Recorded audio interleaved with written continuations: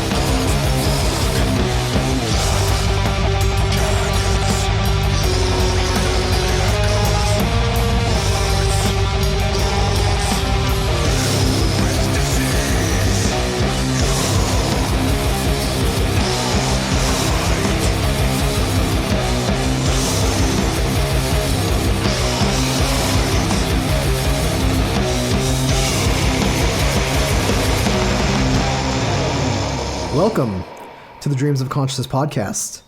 If the two of you would be so kind, would you mind introducing yourselves? My name is Warg. I'm the lead singer and drummer for Heretical Sect. And I'm Crypt Hammer. I'm the bass player for Heretical Sect. The other two guys didn't make it today, so it's just us two. And how do you describe the music of Heretical Sect? Well, that's an interesting question. I often like to think of it as an intersection between black metal, death metal, and doom metal. And maybe that's a little bit presumptuous to kind of claim all of those, but it's really hard to parse out where those lines start and end. I thought your discussion with Daniel Lake was really interesting in trying to detangle that relationship definition. But I feel like it has a black metal spirit to it. It has some of the punctuations of death metal and some of the vocalizations of death metal, and then some of the tempos of doom metal. What do you think, Hammer? Yeah, I know a little bit less about the sort of the subgenres of metal. I think that in one sense it's kind of vaguely experimental, not in any kind of like extreme way, but I think we do come from different backgrounds musically, and so the music that we make when we collaborate is definitely sort of like it covers a lot of different areas in the metal world. I think that's an interesting part of the band, is that there wasn't too many preconceptions about how we had to fit into those molds. And so they kind of fall out or overlap or become experimental, and in the inclusiveness of everybody's ideas, because up to this point, all of the writing has been very collaborative, and everybody has different backgrounds. So I have a very limited skill set, and then Crypt Hammer like studied music. So we're kind of like a completely different worlds as far as our abilities, and I'm lucky they include me. Now, Crypt Hammer, when Warg says that you study music, does that mean you went to music school? Yeah. I started playing music when I was a kid, and then I just kind of taught myself how to play guitar. And then about maybe 7 years ago, I just did like a community college associates thing for music theory. So it kind of felt like my music writing had reached a bit of a wall, and like I needed to dig into it a little bit. So it's been really interesting because I'd never played in a metal band before, to write music, metal music that's informed by theoretical theory, if that's not too redundant. You know, I've spoken to a few people who went to places like Berkeley. I actually don't know that much of what a musical education means. Is it a lot of music theory and learning composition skills and things like that? Or is it a lot of time, essentially just refining your skills as a musician? You can kind of choose it. I was doing theory instead of performance. And so the theory, it was pretty traditional. We did a lot of classical music and it was a lot of piano work, like viewing the relationship of music and movement and things that are just really common and happen all the time in rock music now. Because I feel like metal is one of the genres that's often actually influenced by classical music. And a lot of the people who play in metal bands are like extremely talented and studied people. Yeah, so I don't know. I guess I kind of find that exciting that metal is this place where there's like, you can really expand upon the songwriting and make things that are really like nuanced and interesting, but also like still very like punishing and dark and powerful at the same time. Being on different ends of the spectrum, it's quite an asset to have those skills that Hammer does have, because it really pushes against my abilities and kind of barriers and boundaries of how I think about music. And I think what is interesting where these things intersect is there's that informed perspective, and then there's this like brutal side that has no form and is just bestial. So there's this like this intelligent and thoughtful aspect, but then there's the kind of primitive and very unfiltered things coexisting. And I don't think that happens in music very often. So it's exciting, collaboratively speaking. I agree with that 100%. I think you definitely don't have to know music theory in order to write really good music. And yeah, a lot of metal is just like really creative and punishing. It's like also really simple and like not always executed very well. So it's kind of like sometimes can be really raw and still like just super fulfilling. Now, would you say that the music that you write for Heretical Sect is informed by classical music or influenced by classical music? Yeah, definitely. The stuff that I write, I compose a lot on the piano. And so I'll bring pieces that I've kind of fleshed out, like the harmonies and stuff on the piano and the progression. I'll bring those and then try and put those into a context of like really loud, grating, distorted music, which doesn't always carry over. Like sometimes you have to simplify things a little bit. But I know that the other guys probably don't feel that way. I think, I wasn't like really like born and bred in metal. So I'm sort of an outsider to the metal scene. And I think that the other guys in the band are just like steeped in it. And so they write very much influenced by, a lot of traditional and informed metal stuff. But to your credit, we played with a couple other bass players before you, and you were way fucking heavier than those metal bass players that we played with. So there's something, chemistry and ideas. There's so many intangible ingredients that go into how people create together. And those are not like, what you want is to have that variety. Otherwise you get a very strict blackened thrash band or something where everything has to conform, and there's no preconceptions like that. And the genre thing is a kind of weird trap because you want to relate to people and you want to explain, but you don't want to create a box that is kind of meaningless. So I love that about the collaborative aspect of the music writing thus far. So how did a classically trained musician who didn't listen to much metal end up joining with a guy who was very metal? Well, from my end, I always wanted to play metal. I've been kind of getting into metal, I guess, over the last 10, 15 years or so. I kind of started with I heard At the Gates and I was like, oh, this is what I've been looking for. And then from there kind of strayed into all sorts of, just different worlds that I never really was exposed to when I was growing up. Because when I was growing up, I listened to to be honest, a lot of garbage music, like Bobby Brown and Paula Abdul and that kind of thing. That is awesome, by the way. That's awesome. It has a place in my heart. I will never put it down. But yeah, I started getting into more really heavy and aggressive music. And then I moved to Santa Fe and I started a job where Todd and I were working together. And Santa Fe is a pretty small town and the metal scene here is really tightly knit. So a lot of the musicians play together and I've been in a bunch of different bands together. So I think when a new musician shows up, people tend to get pretty excited. And that was really cool. That was just a really good feeling. And then I started playing with Warg and Coffin Beast. And yeah, we just kind of threw some songs together. It was really fun. It was just really casual. It took off a lot more quickly than we expected it to, I think. Now, did you guys already have a sense of what kind of music you wanted to make when you formed? So it started as a two-piece, which me and the lead guitarist were sort of looking for what we wanted to do together because we had been in another band together. And I think we maybe played together for about a year. I was just trying to get back into drumming. And it was this sort of, because it was two people, it just sounded like bolt thrower kind of death metal.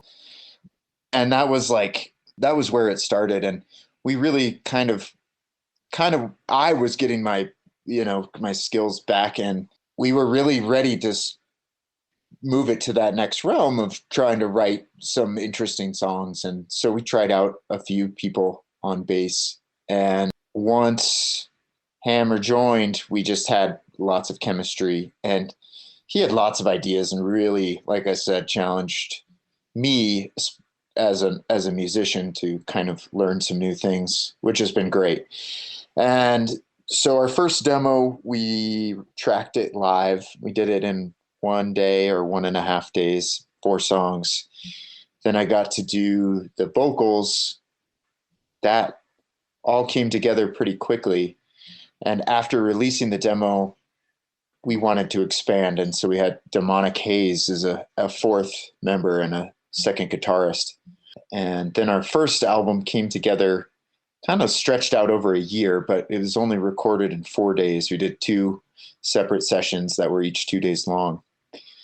And there's been, of course, this unfortunate lag because of COVID. So it got released late, and then we've been a little held up as far as practicing. But it's been, once we all got together, there's definitely a lot of chemistry, and I feel like there's a lot of momentum. And there's been a sort of unfortunate amount of kind of contraction because of the current situation, not being able to practice. But I am very hopeful we're at the end of this, getting very close, and we're going to have a lot of momentum into something special on the horizon. Because I think, I don't know, I would love to hear what you think, Hammer. I think there's a big looking inward, and there's this kind of built up energy that I think will be explosive and have a lot of potential. Yeah, I think so. I mean, we've been writing a little bit of music, independently. And so I think that we'll have material to work with as soon as we can see one another again. But I also just feel like when people can go to shows, they're going to go nuts. Like, people are going to be crazy for it. So I feel like on both ends, it's just going to be really exciting when it starts to happen again. Oh, I never thought about that. That's going to be crazy. We don't even have to play that well. People will just be so excited. Fuck, that's like a standard for me, so that's perfect. So we talked about this a little bit, but typically, how do your songs come together? You want to take that one, Warg? I'd be happy to. So there is definitely people bringing in riffs. There's jamming happening in the space, but we often together come up with suggestions. And I think that we're getting close to knowing what pieces should come together to make one of our songs. We usually try to have a lot of dynamics in regards to tempo and volume. But yeah, it has been very collaborative, and I think that's an asset. But usually someone knows where to go from where we're at. Would you say that's true? Yeah, I think we all have a talent of hearing what's supposed to come next. I think that's one of the reasons that we just have a good time playing together, because we generally have a very similar idea. Or if we don't have a similar idea, we're all willing to go wherever the idea is headed, even if it's something that we've never done before, or is, kind of unexpected. And I think for that reason, the album has that sort of feel that's just it goes places that we didn't really it was kind of a surprise to all of us at certain points. And it'll be interesting to see what happens now, because I think that because of COVID and we've been writing stuff on our own, we're all going to bring stuff that's a lot more structured, which I think is going to be a good thing. I think it's going to make songs a little bit more cohesive and linear. But, that said, I'm sure we'll all do a little bit of tweaking of everybody else's ideas and make something that's collaborative. Oh, and we do this thing that is really cool, and not in every song, but in a few songs. And that is, we pick a sequence of numbers, and let's say 5, 3, 1.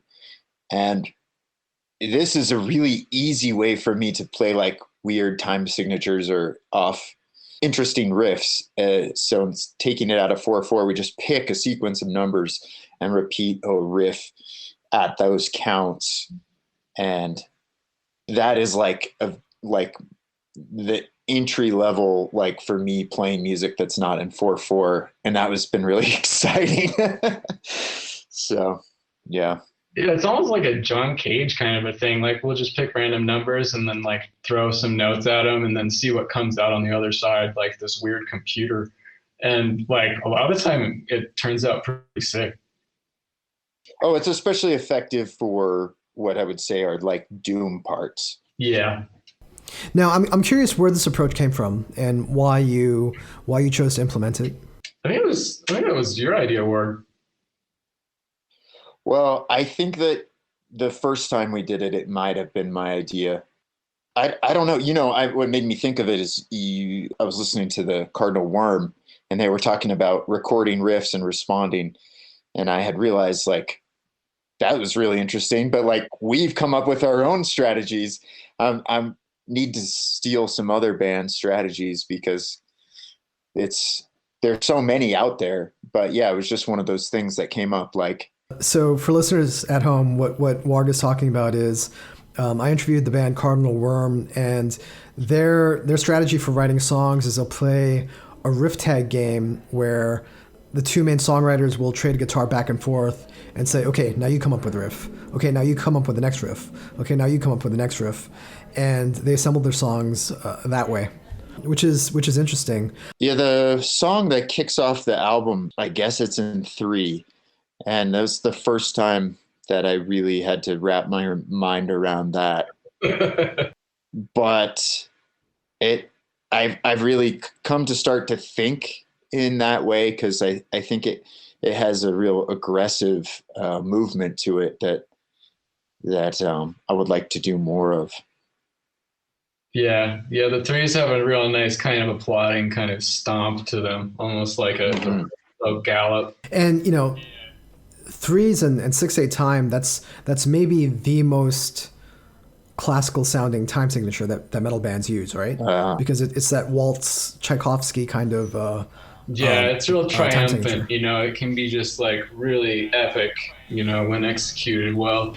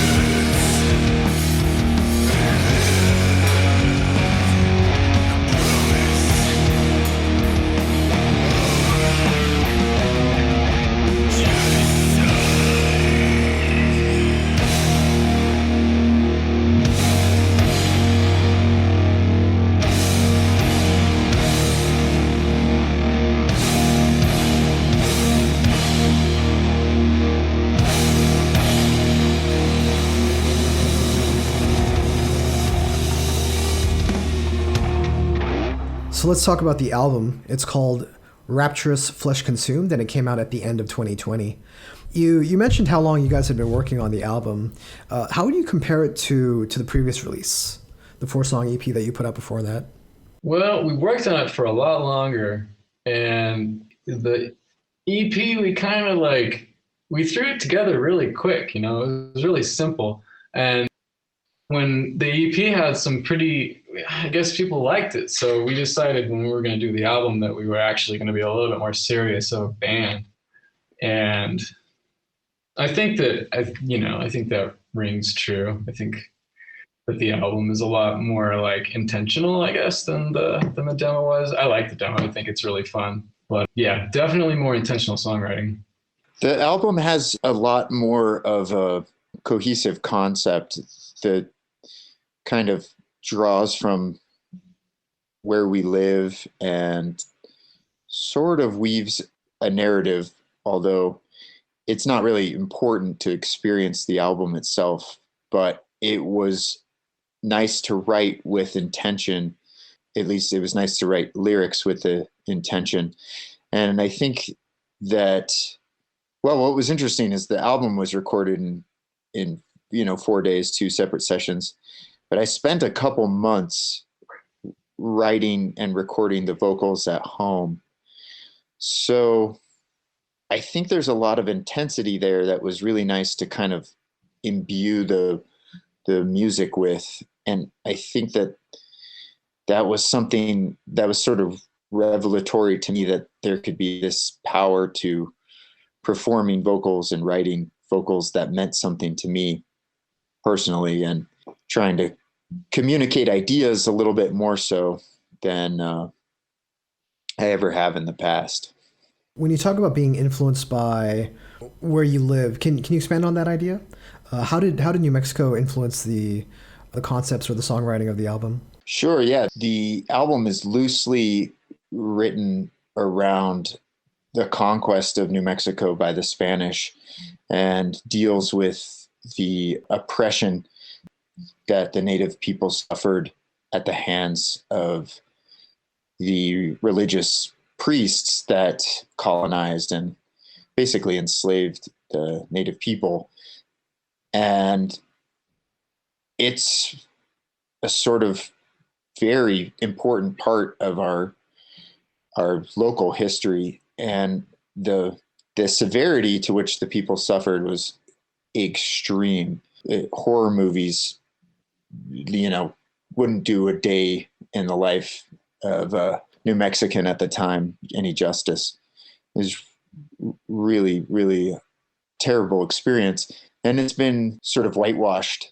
And I just find a lot of inspiration to kind of bring that emotive, brutal energy to something that is not just fiction, but has a actual representation in reality. And the other part that is important, that maybe relates to black metal more, is our landscape, which is kind of unparalleled in its majestic soaring. We have high desert, beautiful plains and canyons and mountains. Right now we have, 10 inches of snow in the last day. So there's this juxtaposition between beauty and terror that the landscape kind of is witness to. And I'm inspired by that. What do you think? Well, I guess a certain amount of the band's identity has been sort of Warg's creative and artistic vision, like the cloaks and identities being a little bit hidden and supernatural, and then so much of the subject matter in the lyrics. And I don't know, in terms of that end of the band, I think it's really exciting and really dark. Maybe exciting is not the right word, but I think that there's so much substance there that it gives the music a much deeper kind of a substance. You can really sink your teeth into it. And it's dark, and it is harrowing and extremely sad. And history. And it's, you know, it's important to put those things out in the open. I think doing so, it is nice to be anonymous. I'm not, do you know what I mean, Warg, when I say that? Maybe you can give that a little bit better words than I can. Well, I think that it's a fine line to walk, because these are painful and sensitive things, and we want to both shine a light on it and be authentic to our creative selves, but we also want to be respectful. So I find that is actually rather helpful, is to not have it be about, you know, me or you personally. But there's something about that, you know, my life is like very normal. I have a family and, you know, job and so on. And I have found it really necessary to be my full metal self, to create a separate identity, so that these things don't have a conflict, so that I don't have to be myself when I do this. And in fact, I'm being more my metal, musical, artistic self by having that separation, instead of trying to hold all of that into my personal self, who has to go to work and interact with people and be like, you know, a quote unquote good and functional person. And so I think this bifurcation is really important for me, because it in fact allows me to be more authentic to myself, if that makes sense. In general, are you more influenced by real life events? I would say what the objective is to use those real life events to inform a sort of personalized fiction, so that it's not science fiction, it's not something that's outlandish, it's something that has a pretty strong relationship to reality, but it's crossing over into the mythological and the archetypal and the religious imagery that is both related to the region, but also universal in a sense. So, you know, what's like, for instance, like, you know, Christ rising from the dead and this eating of flesh. And that's kind of what the album, this idea that like, if we could just cannibalize each other or spiritual power, that is where that is the highest possible purpose to our lives, is to eat or consume somebody in a spiritual sense. And that's what my perspective of what was happening here was.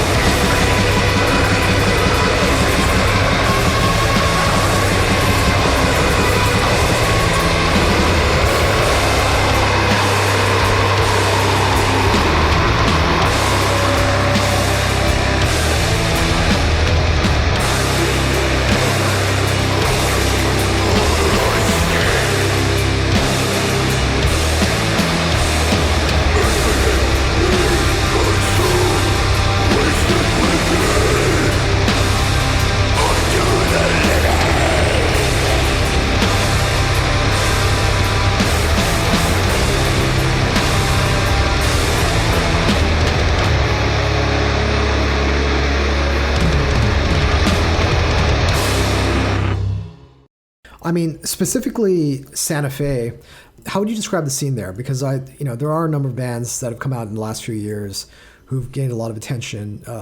Superstition, Venom, you guys are quite close to the members of those bands. What would you say the scene is like?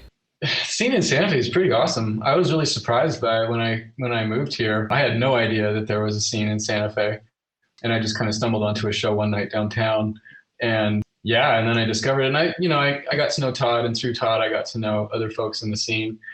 And Santa Fe is a pretty small town, so the scene's like really tightly knit. But yeah, so many talented people around here. I was really surprised, and yeah.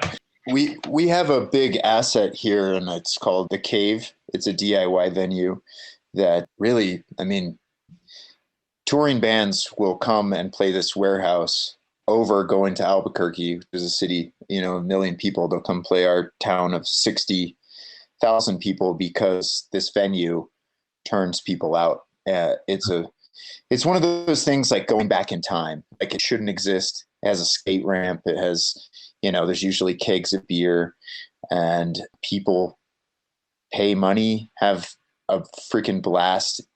It's like after, that ghost fire in San Francisco or in Oakland, things like this like just don't exist anymore. But it's one of the few, and I think it's a beacon for metal music. And like when Necrots played there, tons of big bands, and it's on the map. Santa Fe's been put on the map, I think, mostly because of that venue. Yeah. Which is small. It's not like a big venue. It's just like a super, I don't know. How big is the Cave? Jesus Christ. I mean, you're looking at like 20 by 30, and there's like 150 people in it. How did the Cave get started? Well, it was a kind of DIY recording studio before it became the Dave Cave, which I think was because there was 2 or 3 Daves living there at a time. And they started booking shows, and I don't know the whole history of it, but you have a skate ramp, you have somebody who works at a brewery living there, so there's great beer, and just word of mouth. You even on the flyers, it wouldn't have the address, so you'd have to ask somebody. It was kind of like remained word of mouth, even I think till this day. But it's such a unique and fun experience to be there that people will drive hours to come. Yeah. When a good show is happening. A scene doesn't grow unless there's a regular venue for people to pursue music. Specific to the metal scene in Santa Fe, though, you mentioned that it was close-knit. You mentioned that most everybody knows each other, and I think you also mentioned that there's a lot of bands sharing members. Would you say that there's a unifying philosophy or a mentality that's endemic to the Santa Fe scene? I think there is a lot of talented people here, but I also think there's a few people who are doing a lot, and those few people kind of sustain so much activity. The person we recorded with, his name is Agustin Ortiz, and he runs a practice space and a recording studio. And he's one of those people who, like, because of his efforts, there's shows, there's a place to record, there's a place to practice.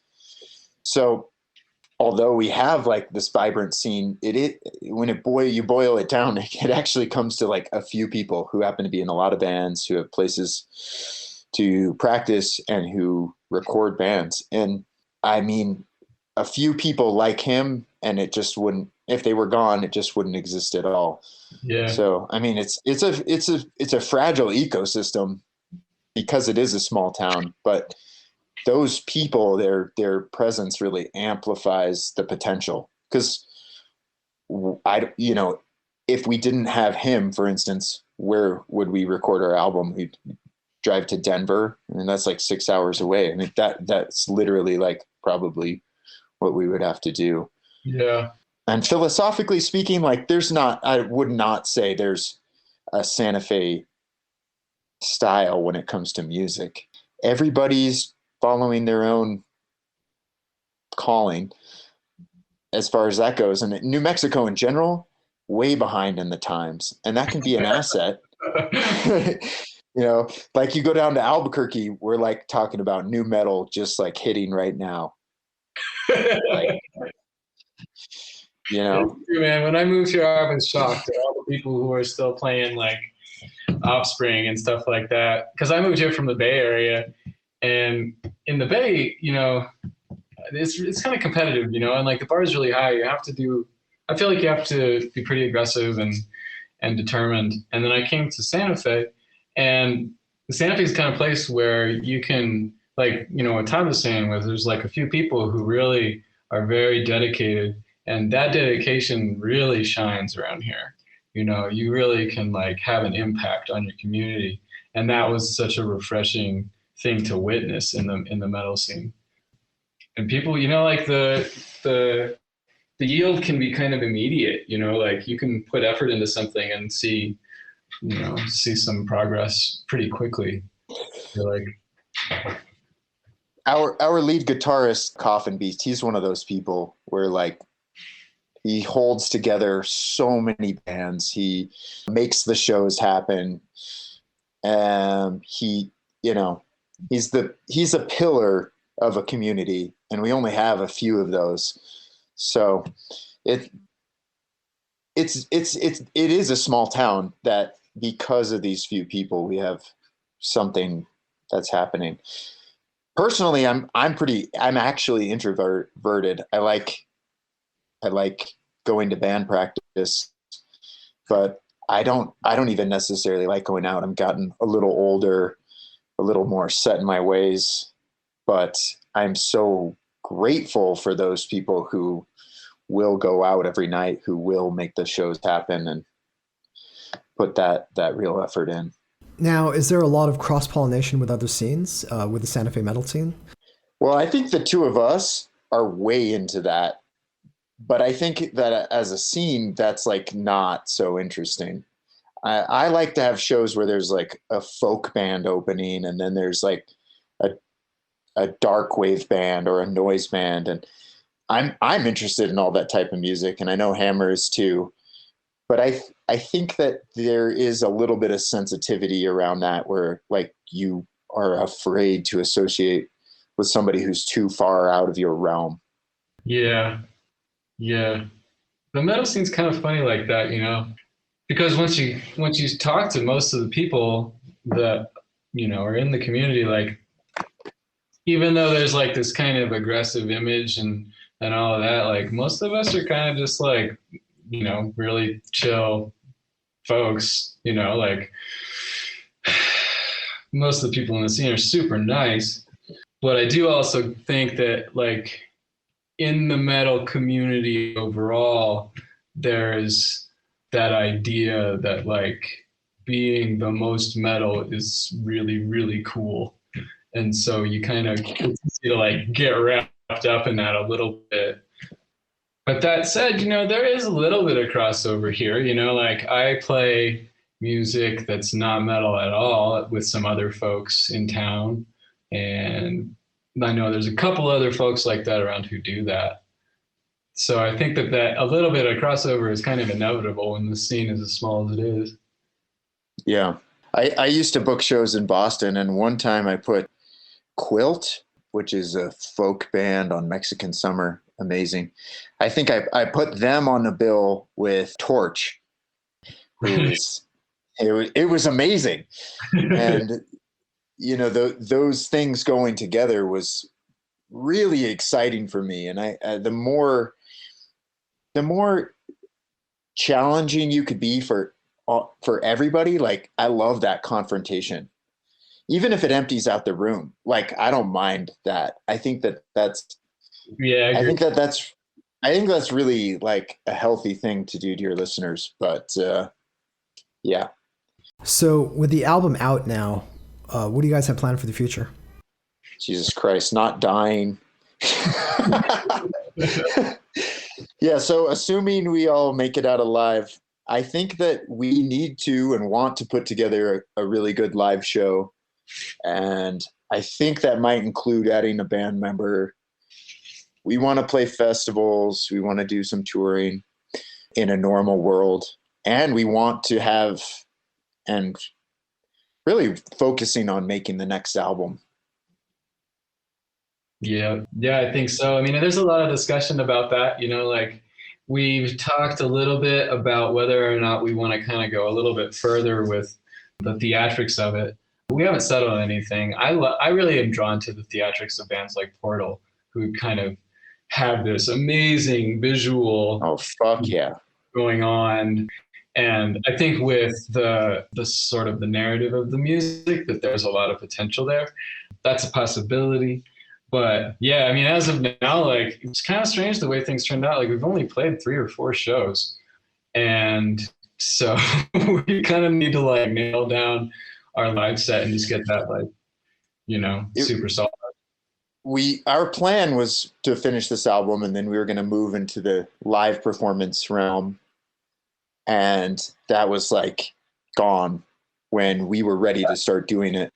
So there'll be a lot of like rediscovering how we want to be active as a band. But I think the reception for the album has been far greater than we expected. And it's very motivating. It's very motivating. It's very inspiring. People have gone out of their way to, reach out and say nice things about the album or share it with people and talk about what it's meant to them. And that's just the kind of motivation that makes you be like, oh my God, I guess, finally I'm doing something right, which is a nice feeling. But it's only the first step, and we have so much more potential. And I think we have all grown individually a lot from where we recorded that album. And now that we know people want to listen or are interested in listening, we'll have some very solid objectives in mind. Yeah, definitely. Do you want to see what those objectives are, musically speaking? Yeah, I would be happy to. I think that the idea of a concept album is something that I aspired to sort of after the music was written. I think that there could be this integration of those things. I think that the ingredients of what make Heretical Sect were sort of just solidifying as far as what type of parts we like to have in each song and how we make them. And I think we're ready to like cook with those ingredients again and make something that's a little more focused. There is also, like Hammer mentioned, the theatrical side or the persona side. That's something that could be developed in a way that like you can communicate on stage in some way that is worth focusing. I think that in that sense, approaching the live aspect and having a really tight and interesting show. And I think just pushing on our boundaries as far as artists. I think we know what we're capable of, and now we need to find where that weirdness, what that next experimental step is to put into the things we do know we're good at. What do you think? Yeah, I think so for sure. I mean, I know that, like I said, like writing songs in isolation, like you just kind of inevitably end up with things that are more structured that you're presenting to the group. But also one of my favorite things that we do as a band is when we're talking about like working on new material, we'll just talk about like, what did we really like about the old material that like we want to do that a little bit more. And then, just balancing that with stuff that's kind of like usually a little bit challenging, like digging into some kind of just really basic musical practice and seeing what kind of ideas are, just born from that. Yeah, just thrashing, just like playing loud music for people. Oh, I cannot wait for that. Yeah.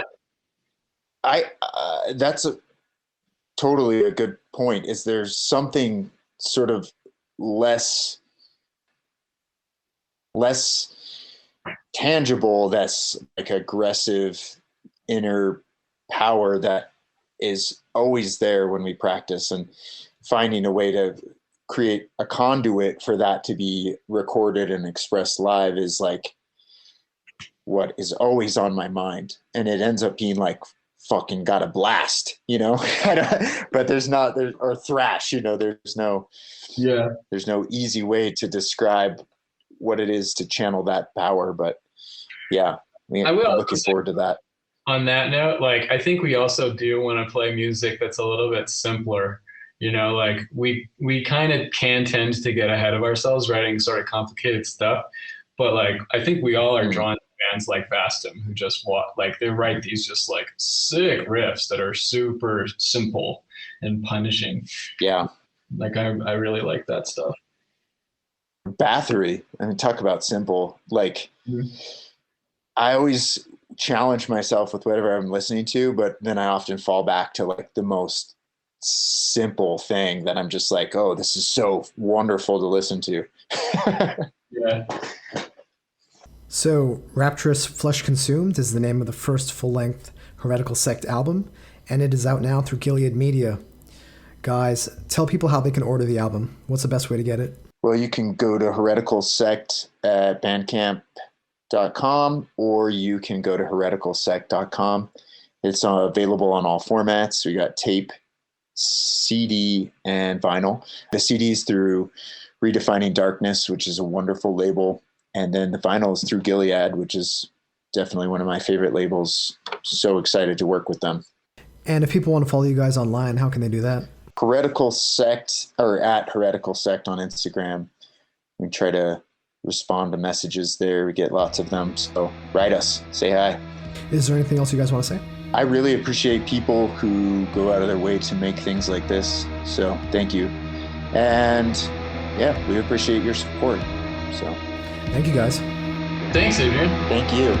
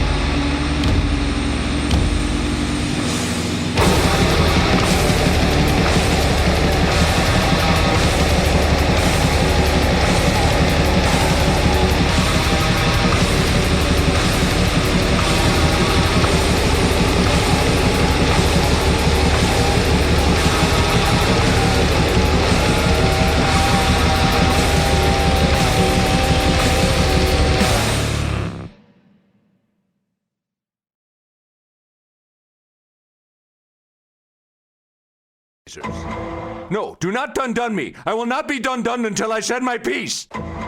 Screw it. I quit.